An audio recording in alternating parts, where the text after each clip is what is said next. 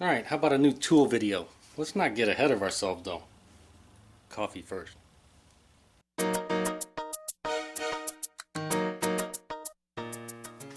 Alright, first up from Vessel, we got an impact driver. Yeah, I already have these other ones here that are actually impact screwdrivers from Vessel, and they work really well. In this case, I went ahead and bought a more traditional one. This one's made in Japan. Let's check it out, see what we got. Comes with 4 bits and some instructions in Japanese. Alright, if you look close you can see there's an arrow there. There's a marking left and right. And just push it down and it'll move it over. And then like most impacts, this will come off and you can use a regular 1/2 inch impact socket on there if you wanted to. And this comes with 4 bits, as you can see. But what's different about these is these are JIS, or Japanese Industrial Standard impact screwdriver bits. So they're made to that standard, and so if you're working on a Japanese or Asian vehicle, many times you'll come across screws that are JIS, and you'll need JIS screwdrivers. That's why I have a set right here, and this will just add to it. And as you can see, you get the equivalent of the 2, 3, and 4 in the Japanese standard, and then a regular one. And if I didn't mention the model, number 2500, as you can see right there. And it appears to be, or feels very well made. We'll see how well it holds up, but definitely feels upon first impression that it's well made. And up next from OTC, made in China, a transmission and engine oil pressure kit, number 5610. Let's check it out.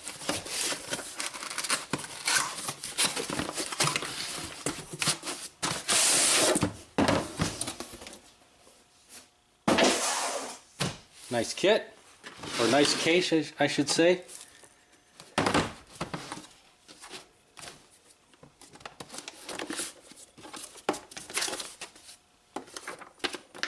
And there you go, you get a little instruction manual, diagram of all the parts, and there's the kit right there.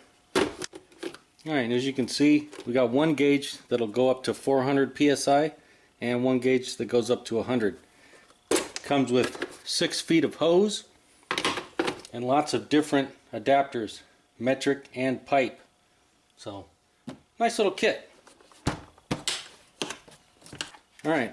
Up next from Bahco, I think that's how you say it, we got a pipe wrench model 141, made in Spain. There you go. You can just adjust it right there. This is the 11-inch model. And nice thin design. I mean, I got, normal pipe wrenches here. This one's a wrap wrench where you can hit stuff, but you can see that it's much thinner design, so it works better when you need to get in tight places. So I like to use pipe wrenches when their nuts are rounded off or whatever, but a lot of times you can't fit that big old thing in there, so this will be a nice addition. In fact, I liked it so much I got 2 of them. Alright, up next from Gearwrench, we got a fender cover. Oh, lifetime warranty. Where's this thing made? I'm sure I know where it's made, but let me try and find it. Oh, made in China. Really tiny. You gotta have your glasses on to see that. Model 86991. And I won't undo it, but it's just a vinyl fender cover, 35 by 15.5. It does have sewn in magnets so that you can hang it and it shouldn't fall off. I'll try to feature this in a video when I'm working inside the engine bay. But there you go, little fender cover. And I couldn't help myself, stop by Harbor Freight. I wanted to try out this new Bremen line, see if it's any good, see if it's better than the Pittsburgh stuff. This is just a little 6-inch long nose locking pliers, model 63870. It looks like it's made in Taiwan, but they got a sticker over the top. But that's what it looks like. See if we can pop this out. Jaws seem pretty straight. Teeth seem nice. They got straight ones, and then they're kind of have a different texture there at the end, probably for better gripping.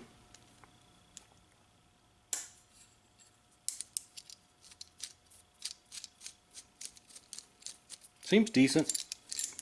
We'll see if they break the first time I use them. And for comparison, here's a Pittsburgh set.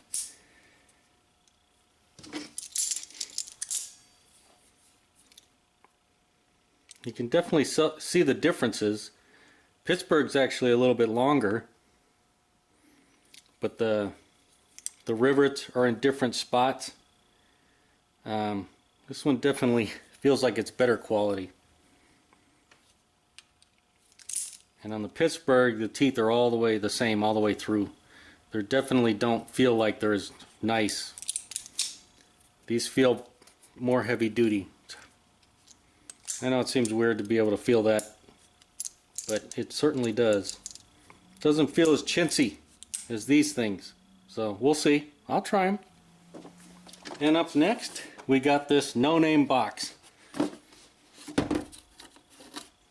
Case definitely could use a little better manufacturing, but it's got a metal rod in there on both sides, so that's good. Nice little clips. Let's see what's inside. Ah, 23-piece terminal release tool set.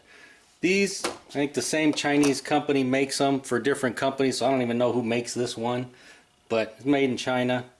Got all kinds of different little electrical terminal release tools. So just about everything you can think of, which is kind of nice, because when you're trying to get those terminals to release, you definitely want to try to have the right tool. So this kit will come in handy. Just your run-of-the-mill handles. Nothing special about this kit, but luckily releasing terminals doesn't have to be too heavy duty. You can see the quality control is not the best. These things are bent a little bit. Alright, see what else we got. Alright, up next from Irwin or Hansen, model number 53227, we got an extractor set. 25 piece from 1/8 to 7/8. This kit is made in the USA. There's the setup close. You can see you got lots of different sizes. And according to the chart here, the hex head sizes, you can use a 1/2 inch, 5/8, 3/4, 7/8, or 1 inch, depending on what size they are. So you definitely need those type of sockets if you're going to use a socket on these. This is one of those kits you're kind of hoping you don't have to use, but if you need it, you wish you had it. Alright, also from Harbor Freight, item number 94614, made in China, flexible magnetic pickup tool. I've been wanting to get one of these where you can kind of reach around corners when you drop a screw or something and you can't get your straight magnetic. You can do something like that. I have a flexible one, but it wants to spring back. It won't stay in place, so this one will be nicer. And as an added bonus, it has a light at the end there. I have to look and see what kind of batteries it takes. I don't know that I necessarily need the light, but I guess it's handy to have on there. And according to this, uses 2 AA batteries, so this will be nice to have around. Alright, up next from Nico, we got this Master Long Star Socket Set. So basically Torx. 60 pieces, model 10287 Alpha. And where is it? Made in Taiwan. Alright, let's get this thing open. Actually, let's look at, so 14 pieces Torx external, 17 piece Torx bit set, 17 piece Torx tamper proof, and Torx Plus, made of S2 steel, CRV mirror polished sockets. I like them because they're nice and long, and I have a smaller set of long from Torx from Nico, and I wanted to go ahead and get the master set, seeing as I like the other ones so much. So let's get this thing open. Alright, Very nice case.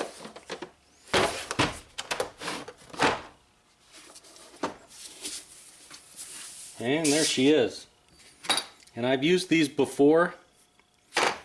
Other sets from Nico, and I really like them. And you can see you have just about every size you could possibly need on a vehicle. And all of them are long or extended. It's kind of nice. And it looks like it goes from T6 all the way up to T70. You can see that's pretty beefy. And an E4 all the way up to E24. Very nice. Alright, up next from AutoWisp. Saw this on Scotty Kilmer channel. I couldn't resist, had to go and buy one. This is the 12 volt batteryless car jump starter. This one has a capacitor, which is nice, so it doesn't have an internal battery. Very helpful out here in the desert, especially if you leave this in your trunk. You don't want batteries to get too hot. You don't have to worry about it on this one. Looks like 700 amps is the peak current. And as far as you have to charge it up, and you can use the dead battery to do it, which is why it's pretty neat. And then once the capacitor charges up, then it'll start the car or the truck or whatever it is. So if the voltage is around 10 volts, it's going to need about a minute, minute and a half to charge up the capacitor. If it's around 6 volts, it's going to need 3 minutes. 4 volts is going to need 10 minutes. So you can see that it definitely, the lower the voltage is, it's going to take more time. But that's pretty cool that if your battery only had 4 volts, you could still charge this thing up and get started. You can also charge it out of a 12 volt socket and USB charging also.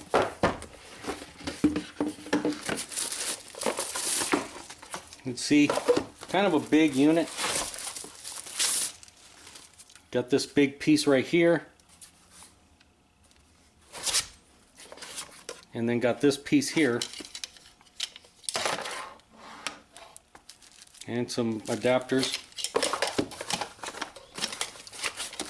So I'll definitely have to read up on how to use this and check it out, but I plan on putting this to use. This will be a nice addition. Alright, up next from Milwaukee, got the M18 Fuel 6.5 inch circular saw. This is only the tool. It does not come with batteries because I have plenty of batteries. This is the model 2730-20, and definitely, I mean, it's Milwaukee, so you know it's going to be good quality. It's brushless. Let's get it open.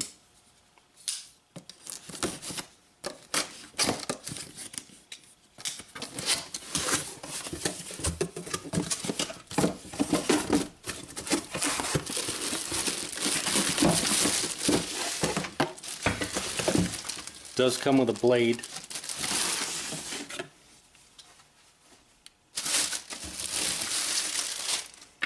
And there she is. That's going to be nice to have a cordless version of this. Once you start using cordless tools, you don't ever want to use corded stuff. And my whole line now has been upgraded to Milwaukee, so I continue to buy Milwaukee because I'm happy with the quality.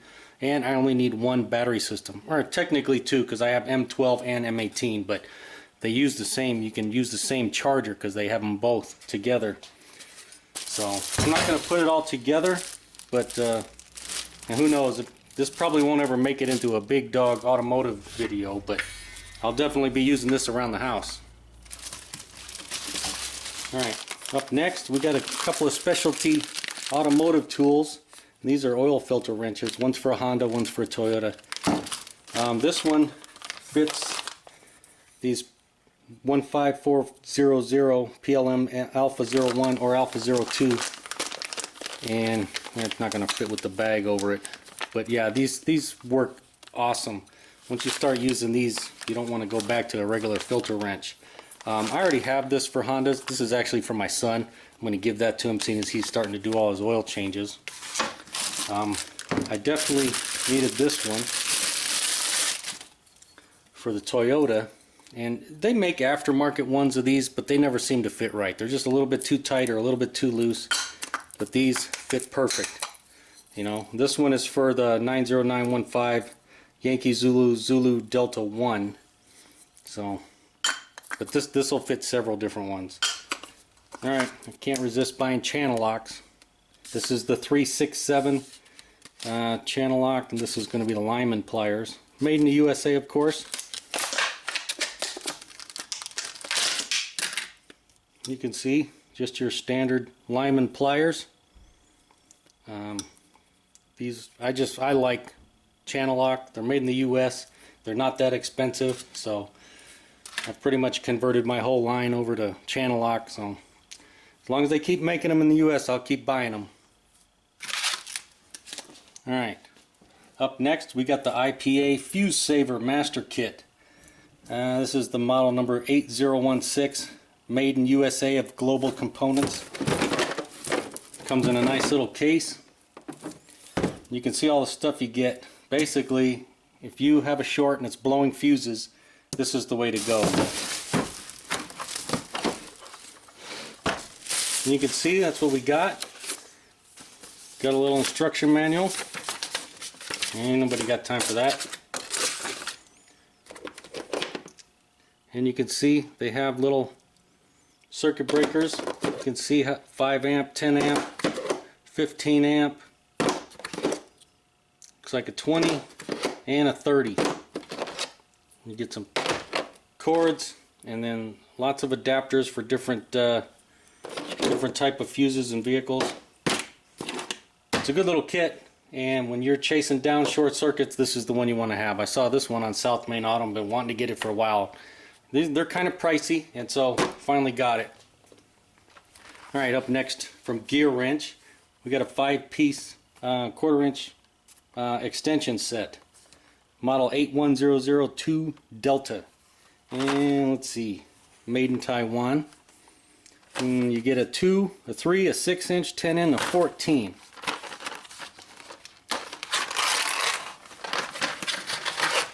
And it comes in a little plastic tray. I suppose if you want to keep those in your drawer like that, you could do that. Knurling on there. But other than that, and they're not wobble, they're straight. It's good to have both.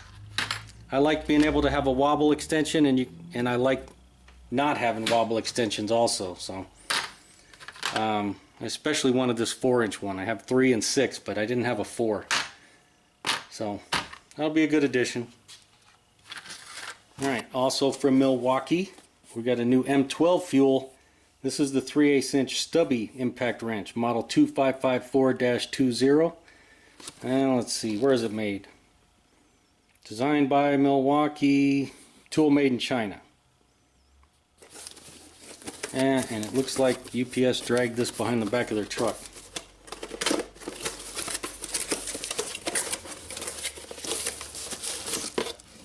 Alright, there we go.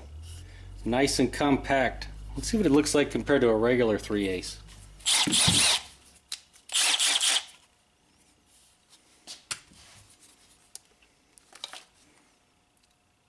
You can see it's a little fatter, but it's quite a bit shorter. And especially if you use this with some stubby sockets, you can definitely get in smaller areas. You can put an extended battery on here too with the M12. And I'll probably take that off. I don't like these when I'm working around cars. Not only do they scratch you up, but they can scratch the car up too. You can see right here I pull them off. But you can see when you pair this up with some stubby impact sockets, you can get in much tighter areas than you could with this and standard sockets. Let's see what else we got. Alright, and last but not least, we got a new Fluke Multimeter. This is the automotive meter combo kit, 88V/A, which is this automotive kit. And let's see, if I remember correctly, this should be made in the USA. At least it says assembled. Country of origin, there you go, United States right there. What's nice is these 88Vs come with a lifetime warranty. I've been using my little Radio Shack multimeter for a long time, but I wanted to upgrade to a good Fluke unit. These are expensive, and you just buy it once and cry once, but this is going to be fun to use. And you can see, definitely comes in a nice Fluke case. You can show off to all your friends.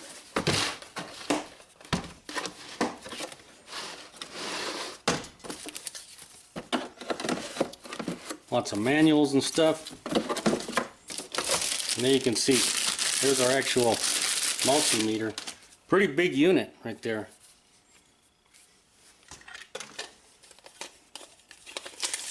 What is that? Yeah, about 7.5 inches. It's definitely not small. It's nice that it has the stand though. That's nice to be able to stand it up. Lots of different accessories.